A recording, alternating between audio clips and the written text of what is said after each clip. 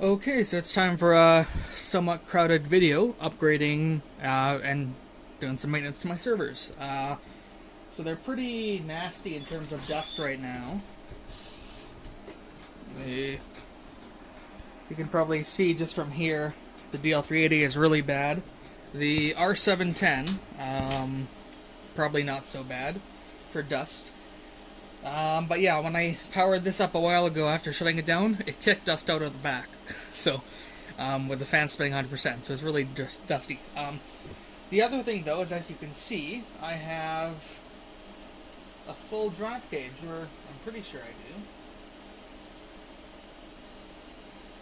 I don't think I have a spare drive, but yeah, I'm like 90% sure that I have a full drive cage. I just don't know why this one isn't on.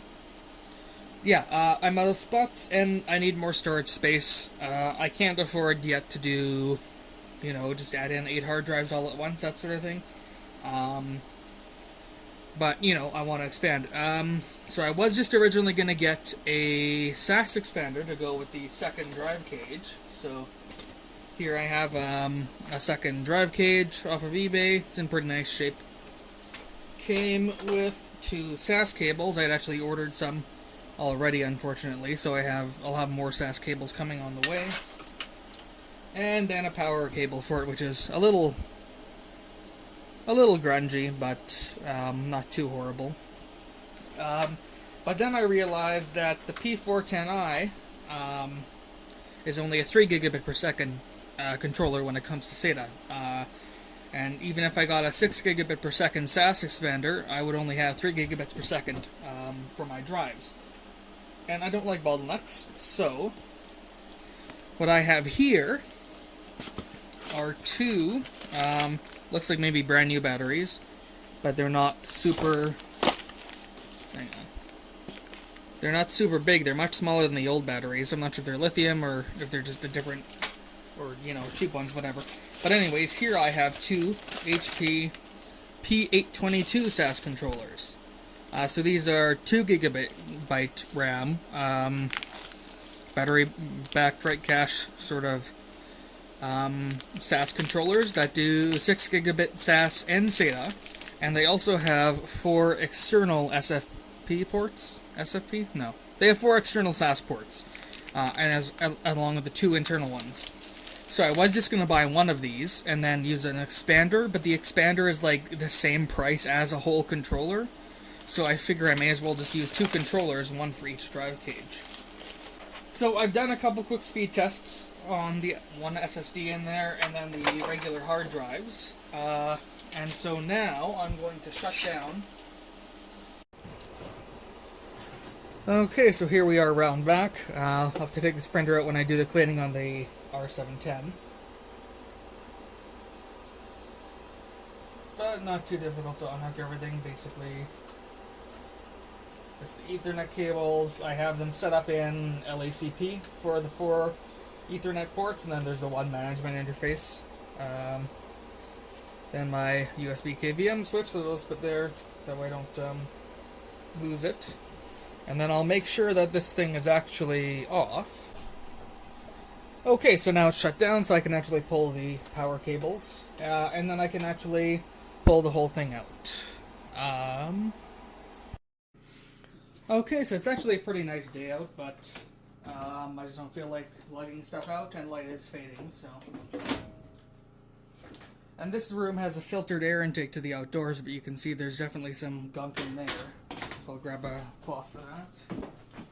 I think it's been a good at least 3 or 4 months since I cleaned this out last properly, so not too surprising that there's a bunch of gunk in it.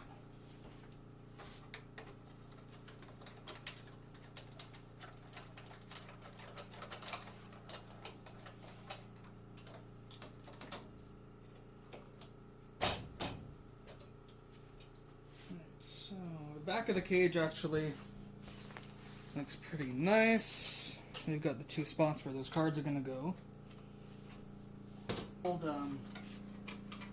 the P410i, this is the battery backup for it. So the other ones are way smaller. so I guess they're not official. I think the connector is different on it, so I'm not entirely sure. But this doesn't seem to have the sort of spaces for those batteries that you would want, so I might use some 3M VHV to mount them in. What I've just noticed is that I think they sent me the short cable. They didn't send one that'll actually reach. Okay, so that's really annoying. So that means that I can't actually power up the second drive cage. I can hook everything up, but I need that longer power cable. And they sent me the short one. So that's something I should have fucking checked. I thought there was maybe... Oh yeah, and so my fans are all hooked in with this other wiring harness that I set up for the speed control. So I won't take them out all the way.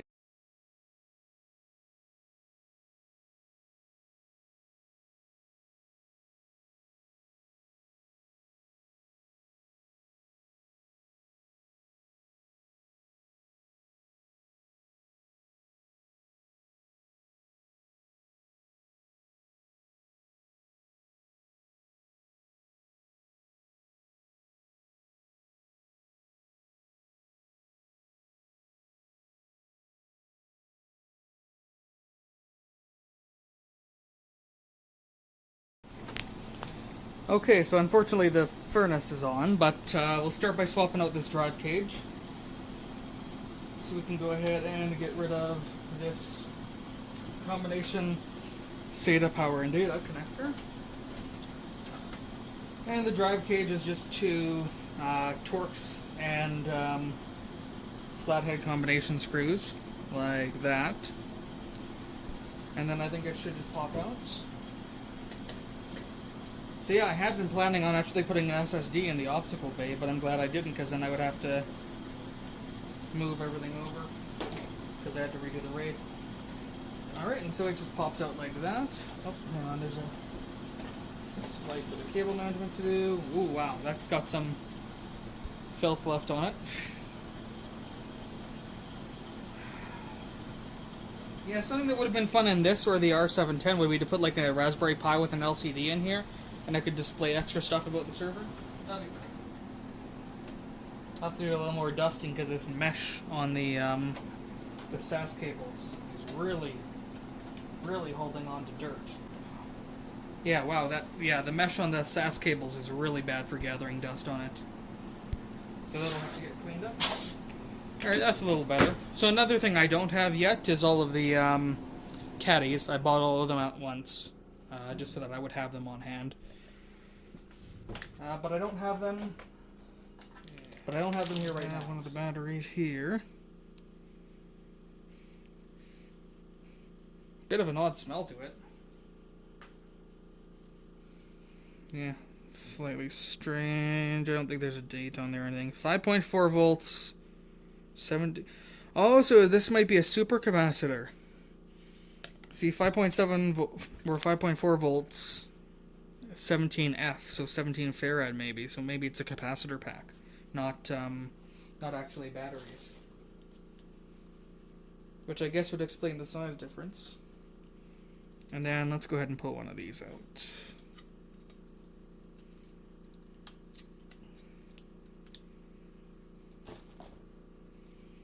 So it'll just hook on just like that. Oops, let's see if you can actually see it.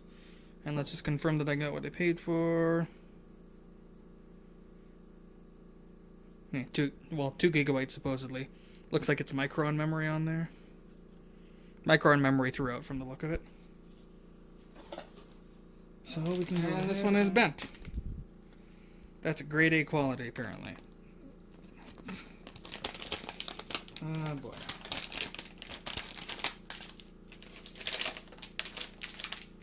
Would be nice if I had that other thing to this one in.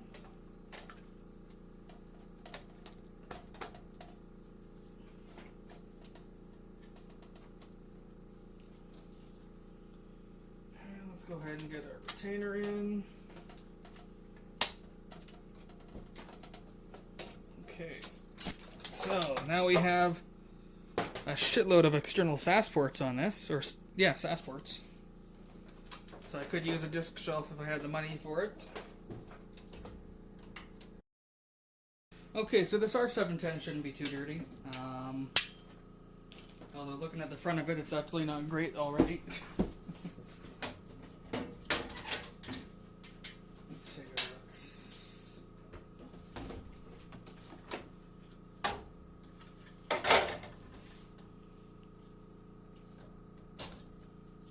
look. Yeah, it's not as bad. The front is still kind of dusty, but...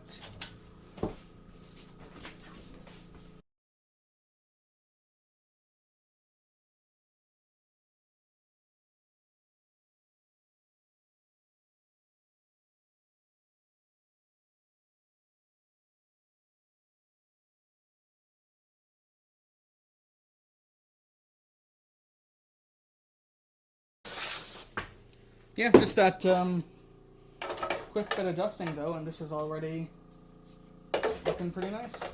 Let's, there we go.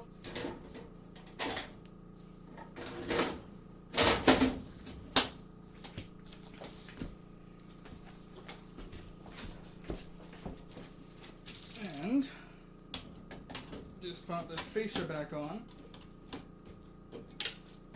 Alright, and so this one's all cleaned up and we can put this back in.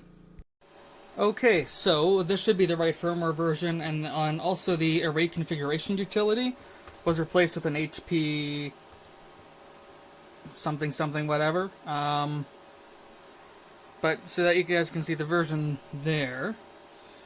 It's the online ROM flash component for Windows 64-bit version 7.5. So in theory this should be the right one.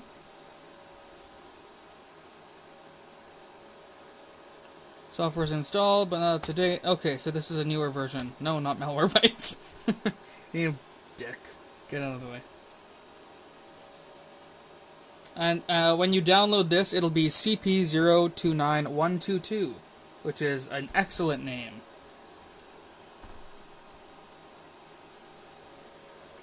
Okay, so that was apparently completed. A reboot is required to set that up completely. I don't want to reboot it yet.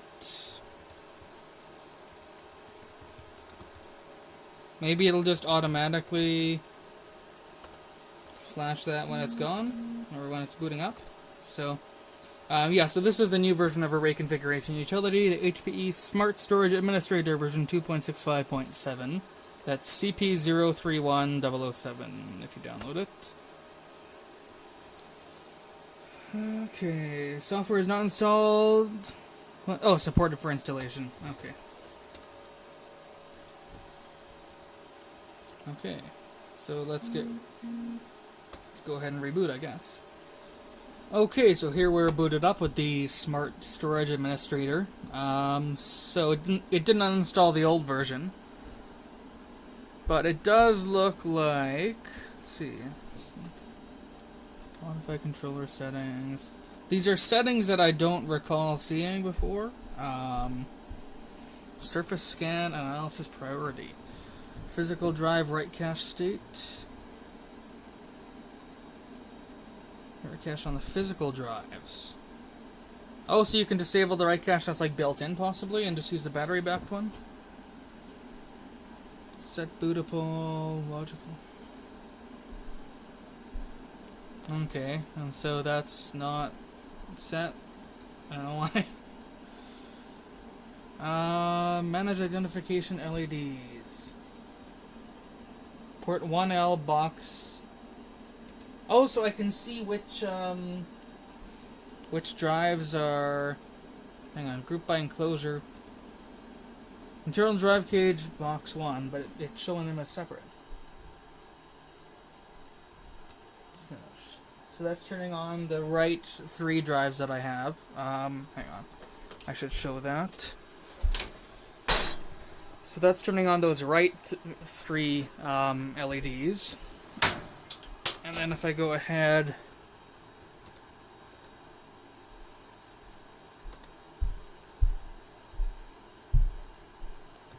and select those, then I guess that should select the left 4, and that's the port actual number. Yeah, okay. So I can actually see which ones are connected to which port. on the RAID controller, which is pretty neat. I like having them blue. I might have them on all the time. I think I had done that for a while. Okay, let's turn those off. So that's going to kind of annoy me that the left ones... Oh, no. Yeah, the left ones are on port 1L or 2L. So I kind of wish that these were on the port 1L, not 2L. Because I guess that makes a little more sense to me. I don't know. So I can group by enclosure. Oh, I can just do by none. Okay. Alright, there's a cache manager, controller cache... My caching. Oh, and so that's just for this one. So then what I can do... I don't know. So I want to go back to the other... Okay, server. So then I can go to these. Then I can configure it. Oh, so this one I can set to HPA mode or RAID mode. So... Oh man, so HBA mode would be nice because I just right now have RAID configs that are a single disk RAID, except for one of them, which is a RAID 0 array. So HBA mode would be pretty nice. It makes it a little less iffy. And I can configure the cache. Not configured. So I might not be able to configure that until I have drives in there. Okay, so what I will do now is go ahead and shut down hardware maintenance planned, and then we will go ahead and actually swap that over to the controller, and then we will then we'll power up and then we'll do some speed tests. Oh yeah, and then I don't know if the firmware updated. Presumably it did. I don't know at this point. It's just kind of, if it updated, great. If it didn't, whatever. Okay, so we'll go ahead and slide this out. Hang on, let's push the whole rack back slightly.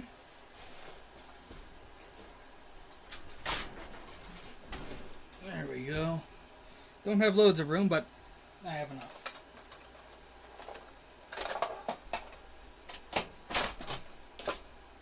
Okay, so I think one thing that I'm going to do is I'm going to take these capacitors and I'm just going to mount them with some 3M VHB here.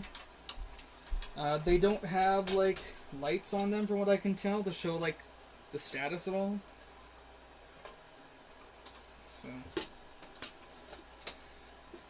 yeah, so the old right cache actually has a little, like, status indicator LEDs and stuff on it to show if the battery's any good. And it's actually kind of swollen, so... I mean, I don't really need it in there, I guess. I don't want to take it out, though, because I'm going to lose it. It's slightly swollen, but I think they were already kind of like that. Yeah, and so I'm not seeing any sort of, like, indicator lights or anything on these. So, 5.4 volts seems a little odd. So yeah, what I'm going to do is I'm just going to mount them with some VHB.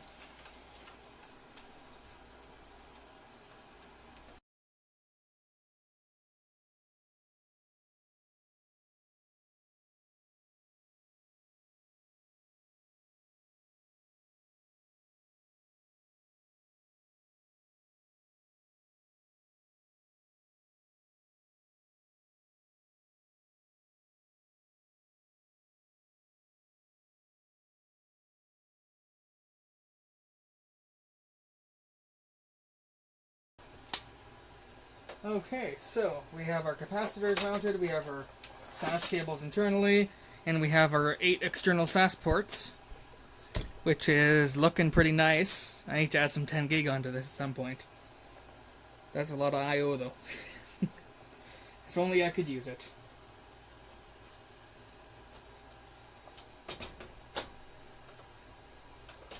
Like I said, I could use those, but I don't have the money for an external enclosure and buying a shitload of storage all at once. These ones I will just stick back here until I get the... Again, like I said, I don't want to hook up the backplane to the SAS controller when there isn't a power connection to it.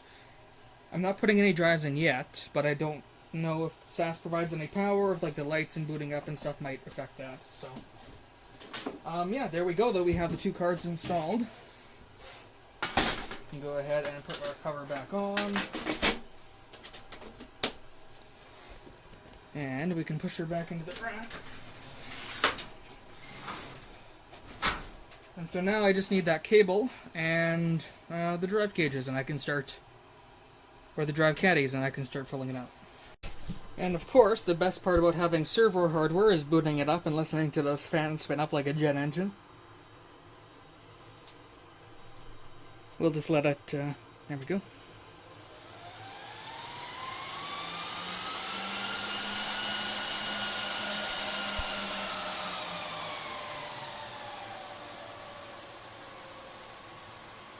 It actually didn't spin up as much as I thought it would. It does seem to take a little longer to boot now, just because it's, you know, initializing both those RAID controllers. Well, actually 3 now.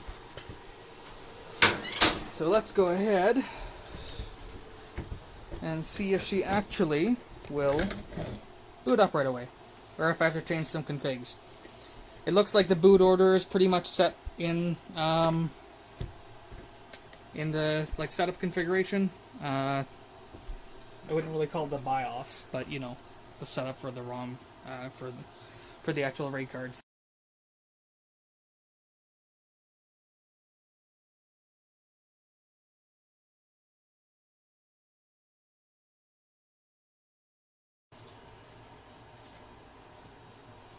Okay, moment of truth. Show me Windows. Hey! Right off the go! Look at that. No need to configure anything or mess around with settings. It's just going right into it. Heck yeah! So it is basically when you're swapping over from HP to HP controller to an HP controller. It's basically a direct swap.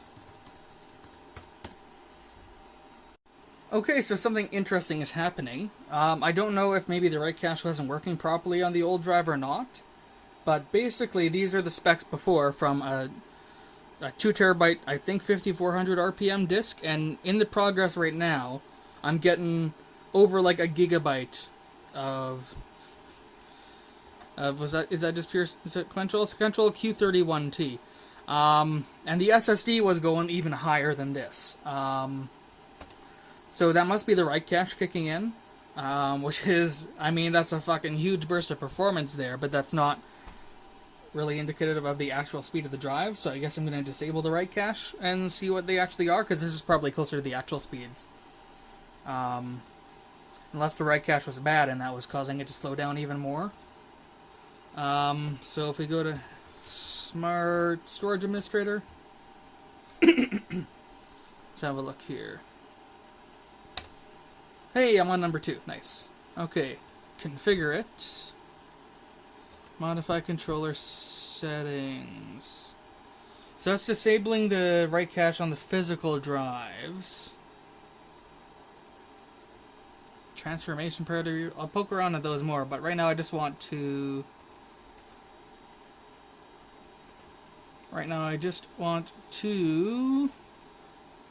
disable the write cache. Enable drive record, maximum drive queue depth length, or whatever. Or can I not delete the... Can I not disable the drive cache?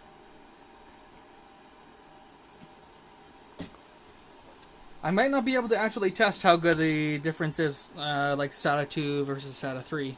Oh wait, hang on. Cache manager, modify caching settings. 10% read, 90% write.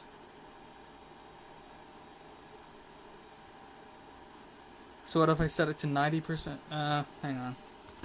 50% read? 50% write?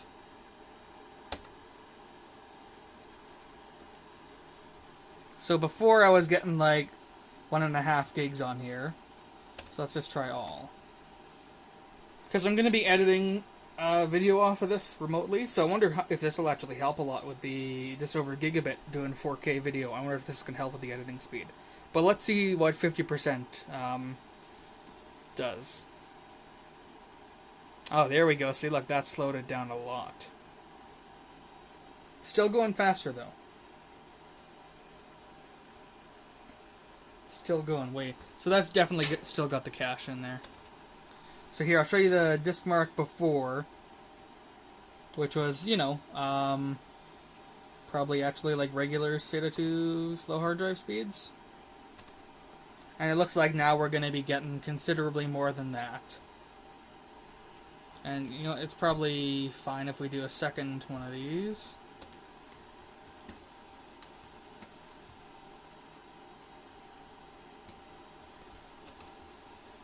And let's do one on local disk C. Okay, so I'm not going to be able to get as scientific as a test as I was hoping. Oh, but you know what? The cache might be full now. If I'm doing multiple... Oh, no, never mind. Just still. I mean, that's probably about right for the speed, but if it keeps going up to like 700, 800 or something, or even like 2 gigabytes per second or whatever. Oh, yeah. Okay, so that cache is still working. But we can see how it interacts with an SSD and a regular drive going at the same time, with it balanced 50%. And then here I'll show you the specs for the, can I shrink that down to a decent size?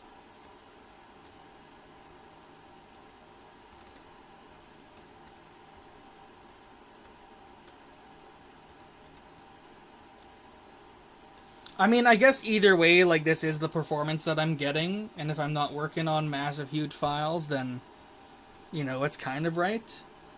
It's not just the disk. Oh, yeah, and so you can see here on the SSD, this 4K Q2, or Q32 T1, that's dropping down a lot in performance. And I'm not sure why that is. That's interesting. But then you can see like sequential for like big files and stuff, which is more what I'm doing. It's just blowing it the fuck out of the water. Like, yeah. And then on this one, about the same for the spinning drive for 4K. Sequential is faster. And then the Q32 Ti is faster as well. So it looks like the way it interacts with an SSD is maybe not as good for the write cache. Maybe it doesn't work quite so well with an SSD for 4K, like this 4K file transfer sort of thing. To be honest, I'm not an expert on this. Sequential is the two that I usually pay attention to most. But yeah, interestingly, the 4K and 4K 32 T1s are slower on the SSD with the write cache enabled. But it looks like on the actual spinning hard drive, they're going to end up, yeah, a lot faster. So that's interesting. I wonder if you can disable the write cache for just the SSD, perhaps. I mean, that would slow down, like, the overall rough speed, or, like, of sequential stuff. Which, I don't know, you know.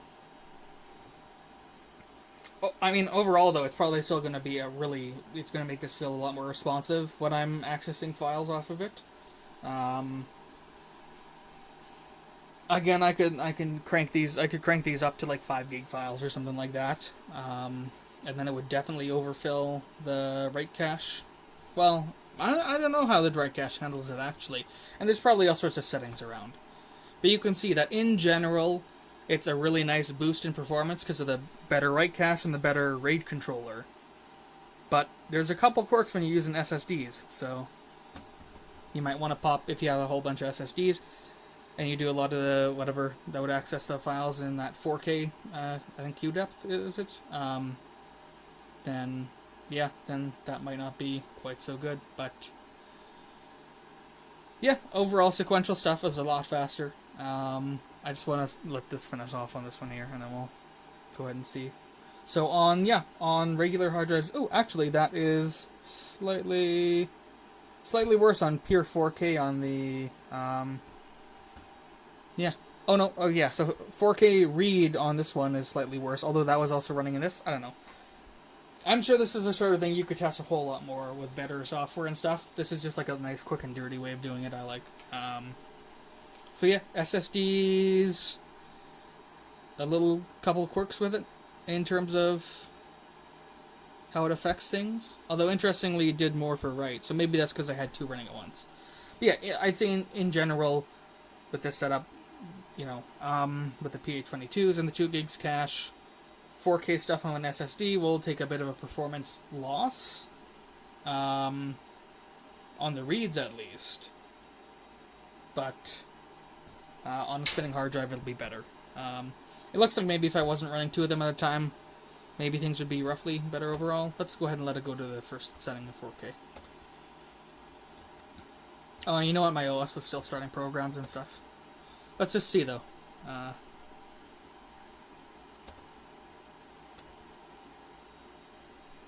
But yeah, overall I'm pretty happy with that. Now I can add another 9 hard drives because I have that 1 slot free.